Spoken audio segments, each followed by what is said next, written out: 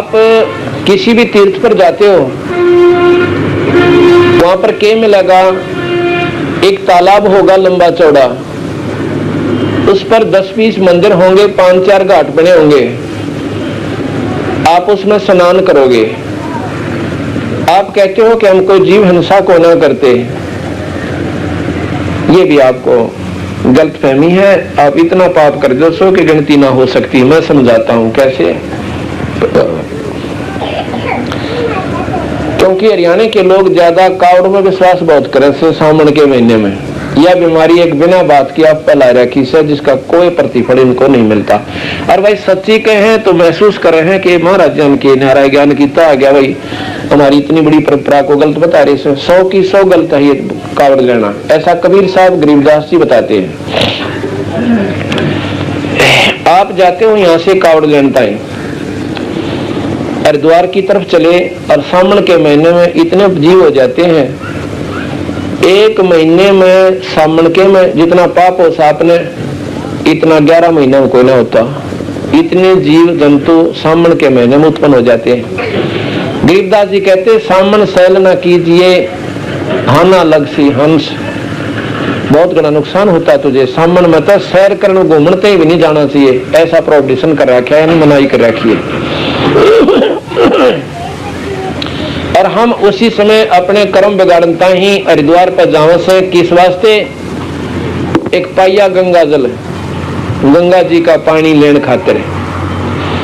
अब यहाँ से चले, कोई बस में गया, कोई गाड़ी से गया, कोई पैदल गए।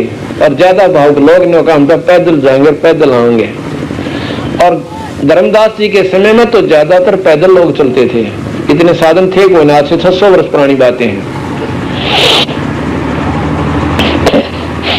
तो जब हम यहाँ से चले एक तीर्थ, वहां पर गंगा तक जी तक गए, अरपेड़ियां ताई, इतने अरबों खरबों जीव अपने पांव तक खत्म कर दिए। और वहां से लेकर चले पाइया गंगा जल, पछले काना पाइया अगले काना, और लटका के डंडी कर उसको बिराना किस ढंग से सजा लेते हैं आदन भाव से।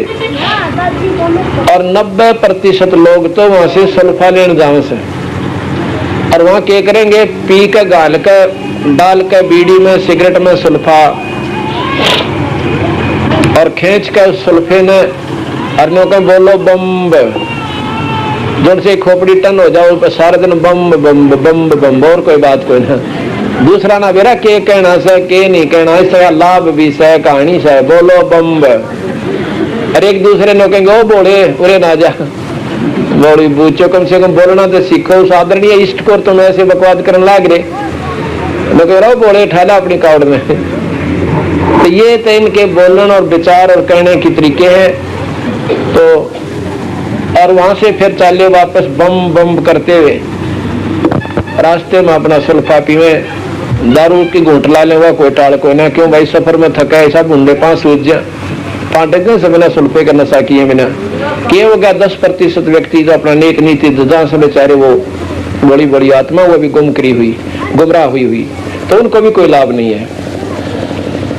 और ला करके भगवान शिव जी की पत्थर की शिला पे और गंगा जल न चढ़ा कर नो कहो हो एक और लाऊंगा जोड़ा बोल रखे बहुत तरह भला।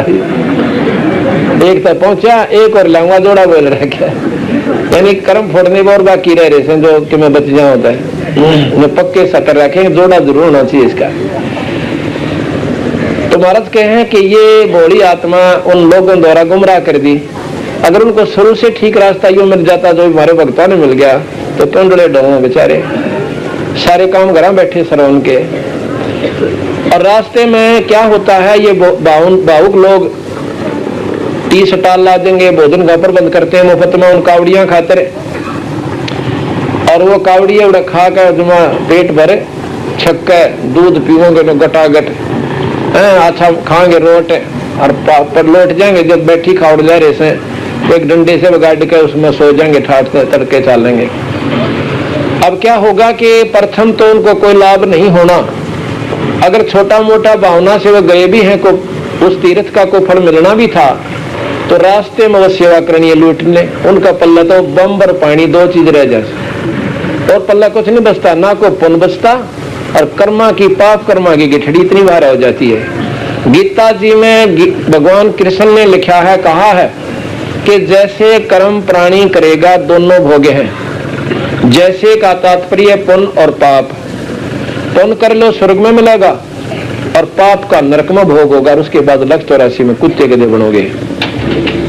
अब वहां पर पुण्य तो बना एक, समझ लो बड़ी बात करके, क्यों तीर्थ फल कहते हैं, तीर्थ जाए एक फल, और संत मिले फल 4, और सतगुरु मिले अनेक फल, और कहें कबीर विचार।